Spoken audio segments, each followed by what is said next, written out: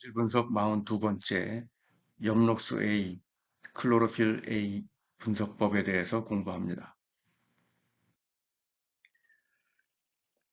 클로로필 A를 분석하는 방법이 몇 가지 방법이 있습니다. 프린시플 자체가 다른 방법들인데요. 제일 많이 쓰이는 지금 현재 표준 방법으로 쓰이고 있는 것이 스펙트로포토메트릭 메서드예요. 이게 그 전 세계적으로 표준 방법으로 널리 사용되고 있습니다.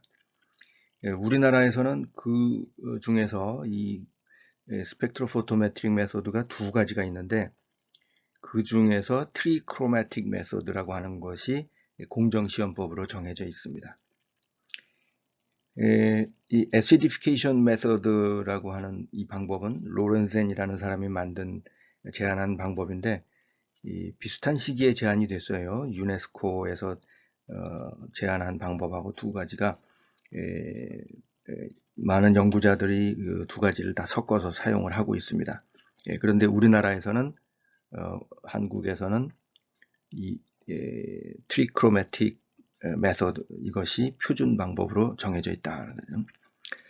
트리크로매틱 메서드라고 했는데 트리는 뭐냐면 세 개란 뜻입니다. 트리가 세 개. 그 다음에 크로마티는 그 색이란 뜻이죠. 크롬은 세 가지 색에서 측정을 한다. 세 개의 파장에서 측정한다. 그래서 트리크로매틱 메서드라고도 불립니다. 그 다음 두 번째로 널리 쓰이는 방법이 형광법이에요. 플로로메트릭 메서드라고 하는데 형광광도법. 요즘 와서 더 널리 많이 사용이 되고 있습니다. 어떤 특징이 있느냐면은 이 스펙트로포토메트릭 메서드보다 훨씬 민감해요.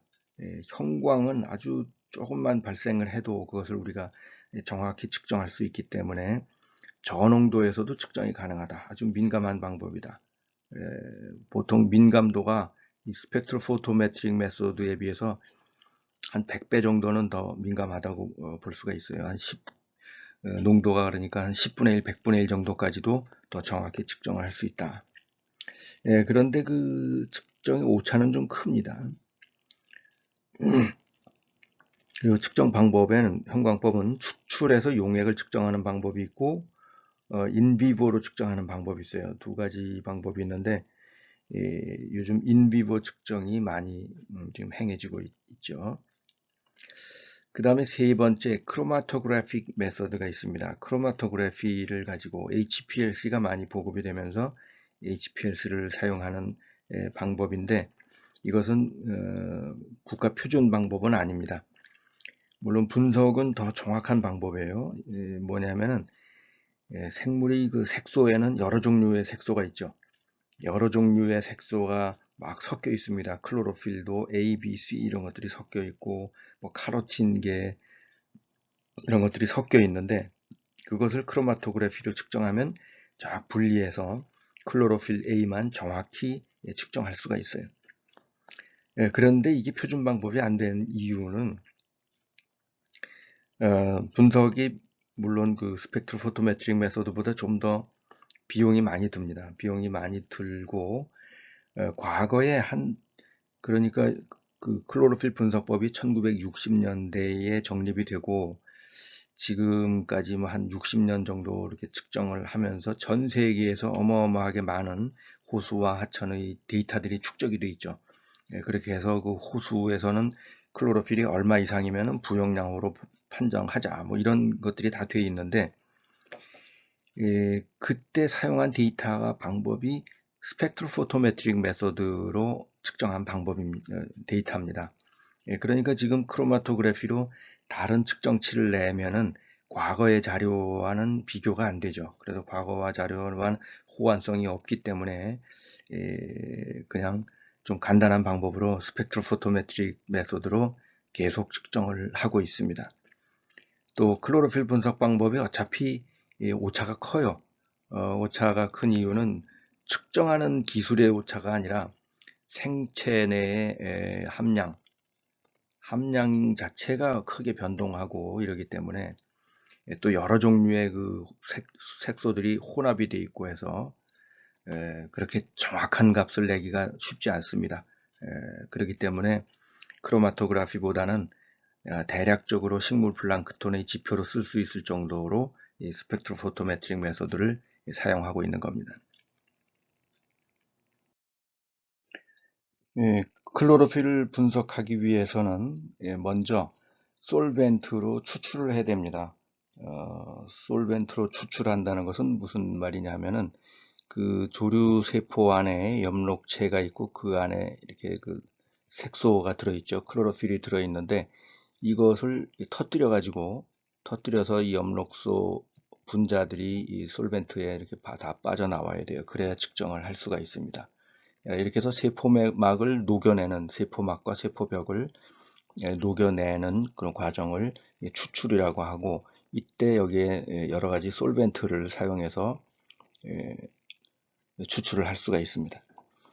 지금 표준 방법으로 정해져 있는 솔벤트는 아세톤 90% 용액이에요.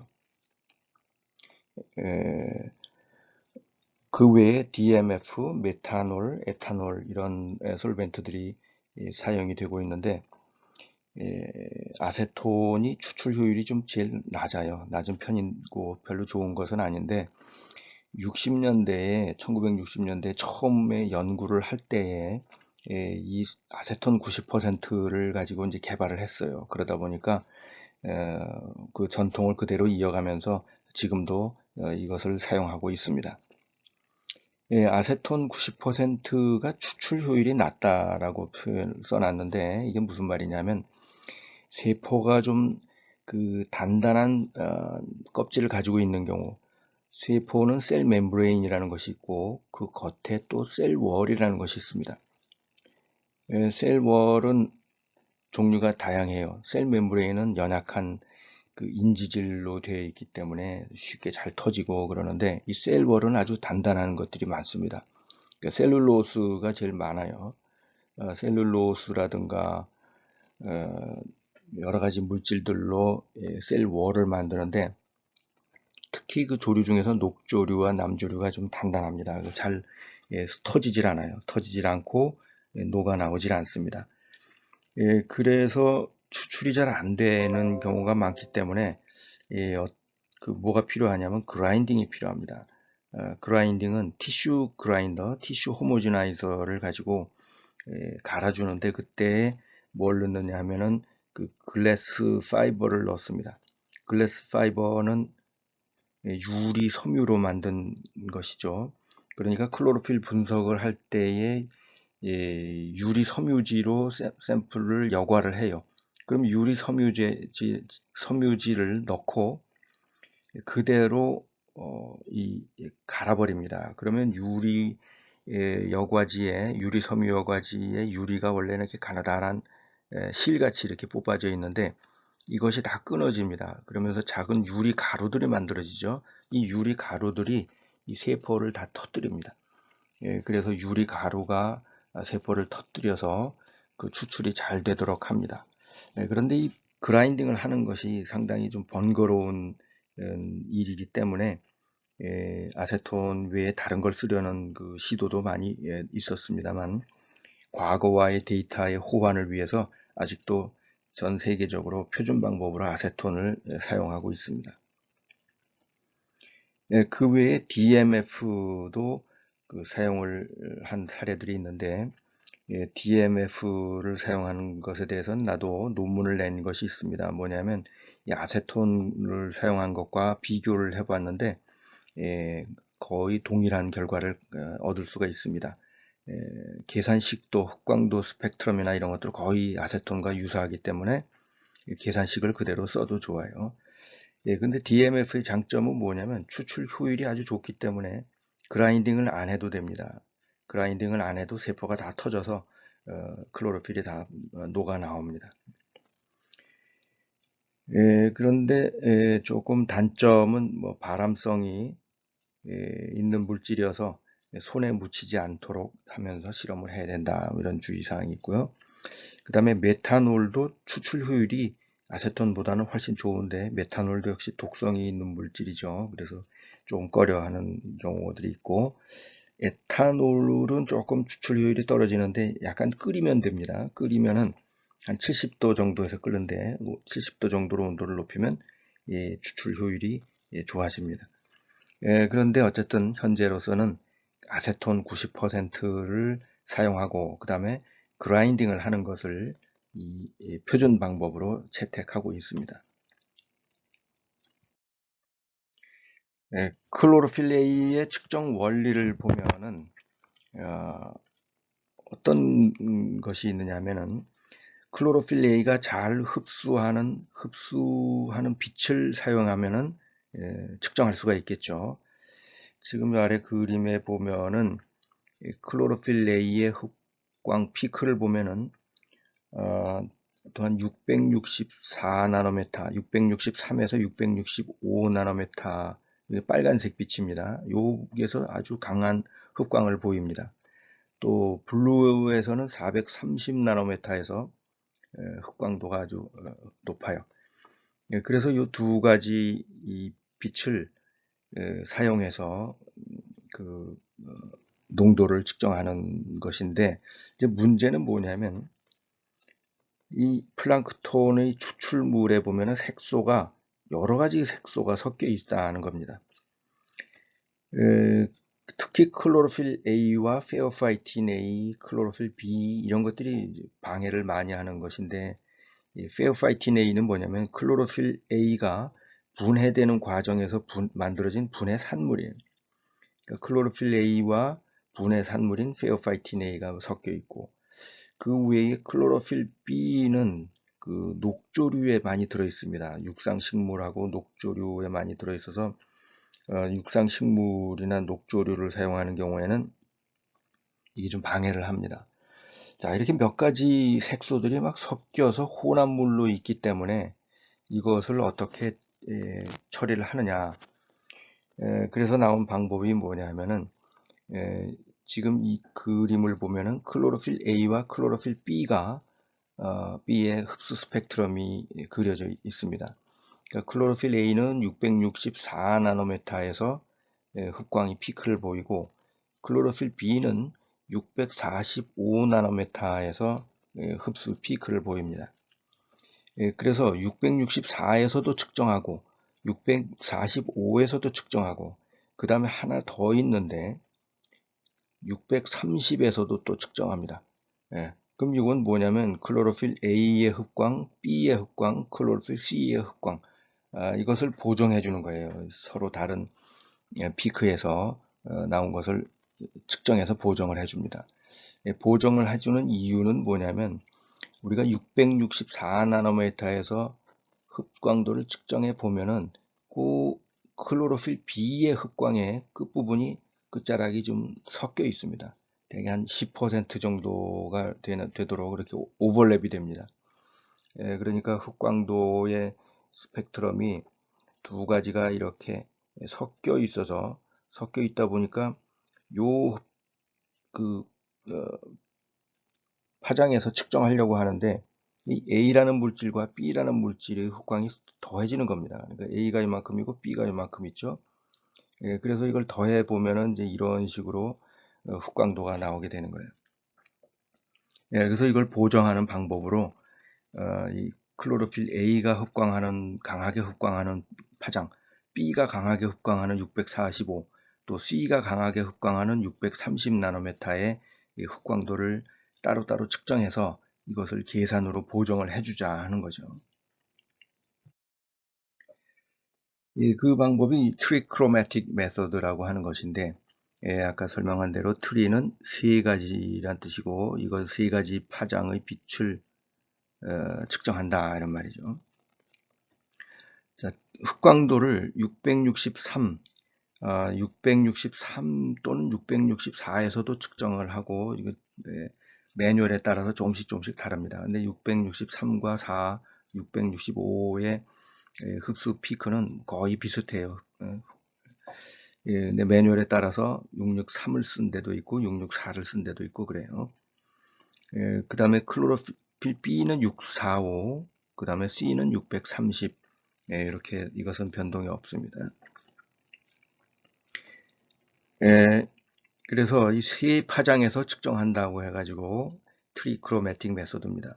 그러니까 663에서는 클로로필 A를 측정하고 645는 클로로필 B를 측정해서 보정하고 630에서는 클로로필 C의 흡광을 측정해서 보정하고 이렇게 해서 서로 오버랩되어 있는 그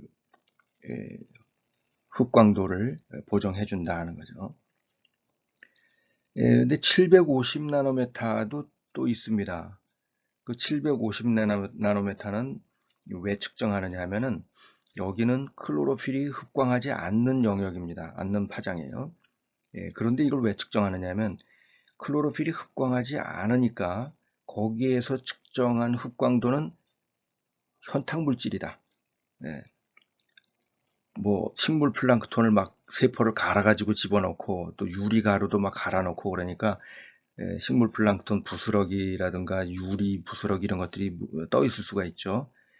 그런 걸 보정하는 거예요. 현탁 물질을 보정하는 겁니다. 그러니까 현탁 물질의 보정은 이런 개념으로 생각해 되는 거죠. 흡수 스펙트럼이 원래는 이렇게 나와야 되는데 그러니까 750에서 전혀 흡광이 없어야 되는데 부유물질이 있으면 어떻게 되느냐면 똑같이 올라가 가지고 부유물질이 있으면 이렇게 된다는 거죠. 그래서 요 750 나노메타에서의 흡광도만큼을 여기서 빼주는 겁니다. 그 750 나노메타에서 흡광도만큼을 우리가 지금 663에서 측정하려고 하죠. 663 또는 664에서 측정하는데 요 흡광도에서 빼주는 거예요. 그 탁도 보정이라고 합니다. 터비디티 코렉션이라고.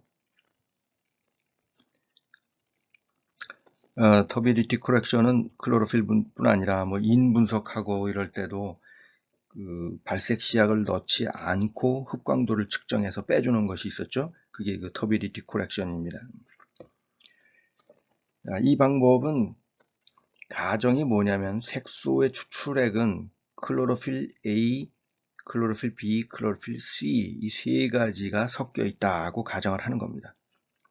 세 가지가 섞여 있다고 가정하고 이 피크를 세 개의 피크에서 측정을 해서 클로로필 B와 C를 보정하고 측정이 비교적 간단합니다.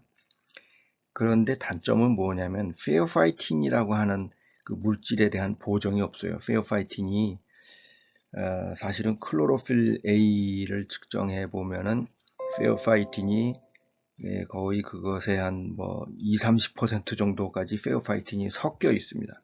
페어파이틴은 뭐냐면 클로로필 분자가 이렇게 있는데 가운데 마그네슘이 이렇게 끼어 있죠. 근데 이 마그네슘이 분해 과정에서 빠져나갑니다.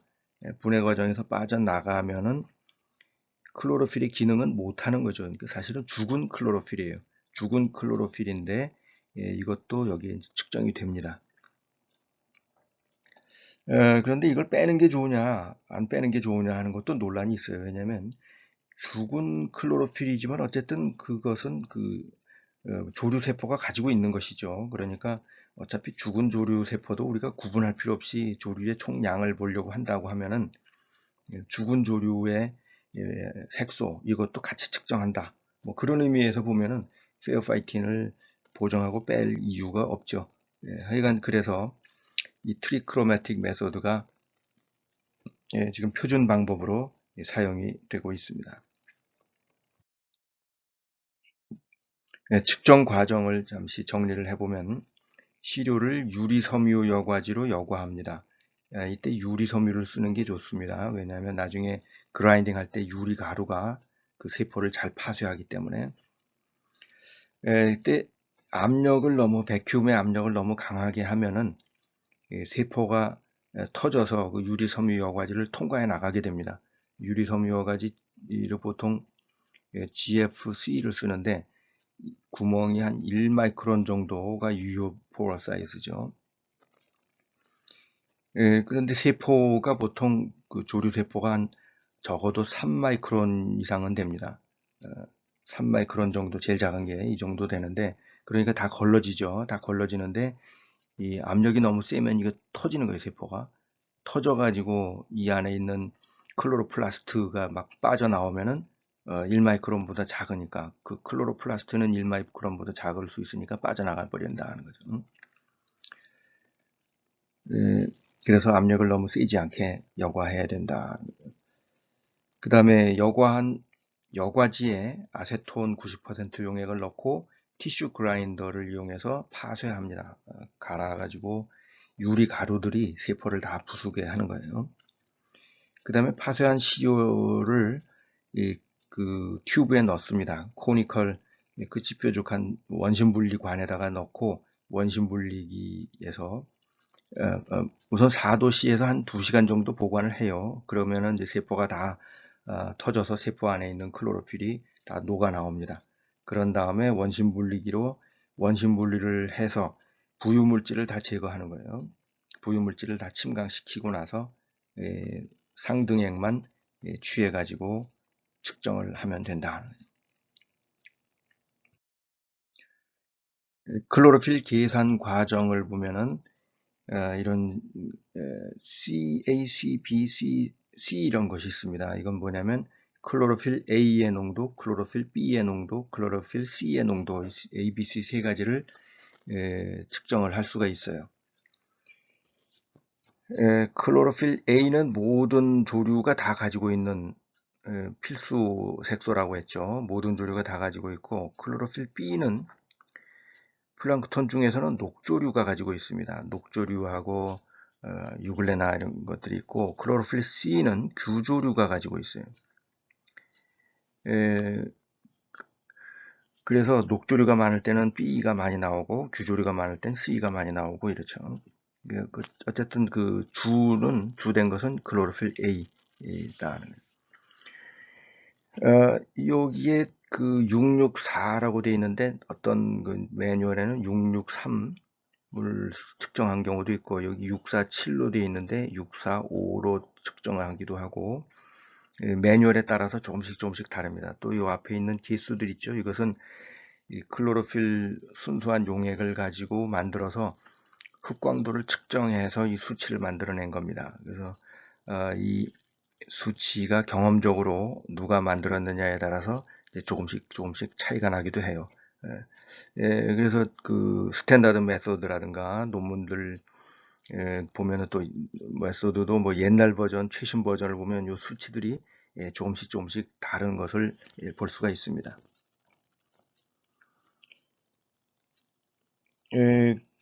그 다음에 계산 과정은 이 아래에 있는 식으로 나오는데 여기서 CA가 뭐냐면은 솔벤트 내에 우리가 만든 그 아세톤 용액이죠. 아세톤 용액에 녹여서 만들었는데 우리가 측정하는 것은 그 아세톤 용액 내의 클로로필 농도예요. 아세톤 용액 내에 이것은 솔벤트 내의 농도를 말하죠. 이것을 측정을 한 다음에 그러면은 솔벤트 내에 요만큼이 측정이 됐다면은 원래 호수물에는 얼마나 있었을까 이것을 이제 계산하는 겁니다. 그 계산하는 방식으로 extract volume 그러니까 솔벤트를 예를 들어서 10ml를 사용했다. 그럼 여기가 이제 10ml가 되는 거죠. 그 다음에 샘플 볼륨으로 나눠주는 거예요. 몇 리터로 얼마나 많은 샘플을 필터를 했는가 이렇게 해서 계산이 됩니다. 그 다음에 그 형광법으로 측정하는 것이 요즘 점점 많이 사용이 되고 있습니다. 자, 형광법이라고 하는 것은 형광은 플로레센스라고 하는데 플로레센스는 뭘 뜻하느냐 하면은 어떤 물질에 빛을 주었는데 그 빛을 받아서 그것과는 또 다른 빛이 거기서 저절로 나와요. 가장 흔한 것이 뭐냐면 여기 클로로필 분자 같으면은 블루라이트를 쬐어줍니다. 그러니까 식물 플랑크톤이 있는 데다가 블루라이트를 쬐어주고 그것을 현미경으로 보면은 빨간색으로 보입니다. 분명히 우리가 쬐어준 것은 블루라이트인데 그 식물 플랑크톤은 빨간색으로 보여요. 그게 그런 현상이 형광이라고 하는 현상입니다. 그 왜 블루라이트가 들어가고 빨간색이 나오느냐? 블루라이트가 파장이 좀 짧은 빛이고 에너지가 더 높습니다. 파장이 짧을수록 에너지가 많죠. 더 높은 에너지의 빛을 받은 다음에 여기서 전자가 익사이트 돼서 튀어나갑니다. 전자가 익사이트 돼서 나간 다음에 이 전자가 원래 그라운드 스테이트로 다시 돌아와요. 그러니까 전자가 더 높은 레벨의 전자로 튀어나갔다가 그러니까 전자 레벨로 본다면은 핵이 있고 핵에 전자가 있다가 전자가 하이 레벨 스테이트로 올라갔다가 다시 제자리로 또 돌아옵니다. 이렇게 그 전자가 튀어나가서 올라가는 것은 빛을 받아서 그런 거죠. 빛을 받아서 전자가 익사이트 됐는데 그랬다가 이게 다시 돌아오면서 또 빛이 이번엔 나옵니다. 여기서 그런 것이 이 형광이라고 하는 현상이에요. 이 클로로필 분자는 어떤 특성의 형광을 가지느냐 하면 엑스테이션 하는 빛이 약 440 정도의 블루라이트이고 이미션, 방출되는 빛은 약 한 665 정도의 빨간색 빛입니다. 이것은 이런 특성을 가지고 있기 때문에 클로로필 분자를 우리가 측정을 할 수가 있습니다.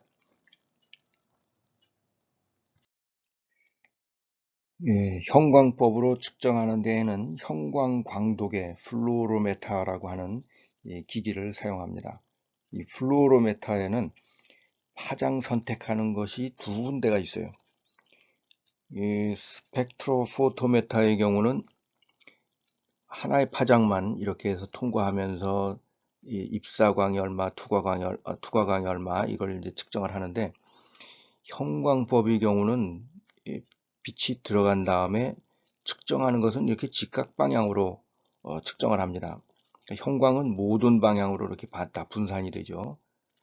모든 방향으로 분산이 돼서 그 센서를 직각 방향으로 설치를 합니다. 왜 직각 방향으로 설치하느냐 하면 우리가 집어넣은 빛은 엑스테이션 하는 빛은 블루라이트죠. 그 블루라이트가 이리로 빠져나갑니다. 그리고 이 레드라이트가 아주 약하게 조금 나옵니다. 그러니까 우리가 가해진 이 블루라이트에 비해서 이 레드라이트는 약해요. 주변으로 다 분산이 되고 그래서 이 블루라이트와 레드라이트가 같이 섞이면은 측정하기가 어려워집니다. 이 작은 차이를 측정할 수가 없죠. 블루라이트가 통과하면 안 되니까. 그래서 직각 방향으로 측정을 해서 이 블루라이트를 측정을 하지 않는 거예요. 직각 방향으로 나오는 레드라이트만 측정하는 겁니다. 그리고 여기에는 그 필터를 끼웁니다. 필터를 끼워서 레드 필터를 끼워서 블루라이트는 들어오지 않게 하고 빨간색만 측정을 해요. 그런데 이 센서의 크기가 얼마냐에 따라서 이 형광값은 조금씩 달라집니다. 실제로 형광이 센 경우에는 이 윈도우라는 것을 아주 조금만 열어놓고 측정을 합니다. 그런데 농도가 좀 높아서 형광이 농도가 낮아서 형광이 약하다 그러면 윈도우를 많이 열어놔요. 그 빛이 많이 들어오게. 그래서 윈도우를 얼마큼 열었느냐에 따라서 이 센서로 들어오는 빛의 양이 달라집니다. 그래서 기본적으로 형광법은 상대적인 값을 측정하는 것이다. 그래서 표준용액에 대해서 검정선을 작성 후에 측정한다. 이렇게 되어 있죠. 그러니까 기본이 표준 방법이 스펙트로포토메트릭 메소드예요. 스펙트로포토메트릭 메소드로 측정한 클로로필하고 형광으로 측정한 값을 이렇게 플러트를 해줍니다. 플러트를 해주어서 이 형광 값으로부터 우리가 그 스펙트로포토메타로 측정하는 값이 얼마인지를 찾아내는 거예요. 그러니까 어떤 시료를 가지고 먼저 스펙트로포토메트릭 메소드로 흑광광도법으로 클로로필을 측정합니다. 그 다음에 그 시료에 대해서 동일한 시료에 대해서 형광법으로 측정해서 형광값이 얼마가 나오는가, 형광 측정값이 얼마인가를 봐서 이것을 클로로필로 환산을 하게 되는 겁니다. 형광법에 의한 클로로필 분석법을 설명을 여기다 제시를 해 놨습니다. 예, 그렇게 해서 그 농도는 그 F라는 값을 이제 그 캘리브레이션 값으로 만들어야 되는데, 흑광법으로 측정한 클로로필과 형광 광독의 리딩, 이 비율을 구한 다음에 검정선에서 구하는 거죠. 그 다음에 농도는 여기다가 이제 이 형광 광독의 리딩에 이 F 값을 곱하면 된다. 예, 환산 계수를 곱하면 된다는 거죠. 이 흑광법은 좀 굉장히 민감하기, 형광법은 흑광법에 비하여 민감하기 때문에 한 1000분의 1, 100분의 1 정도의 낮은 농도에서도 측정이 가능하다 하는 거죠.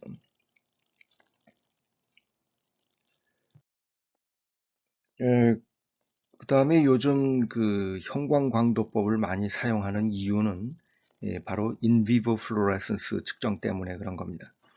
인비보라는 말은 살아있는 채로 이런 뜻이에요. 살아있는 채로 형광을 측정한다. 그러니까 세포가 그 클로로필을 함유하고 있는 세포들이 있죠. 클로로필을 함유하고 있는 세포들이 있는데 이 세포들이 블루라이트를 받으면은 이게 그 플랑크톤이 빨간색으로 보인다고 했죠. 그러니까 이 성질을 이용해서 세포가 물속에 그냥 떠 있는 상태에서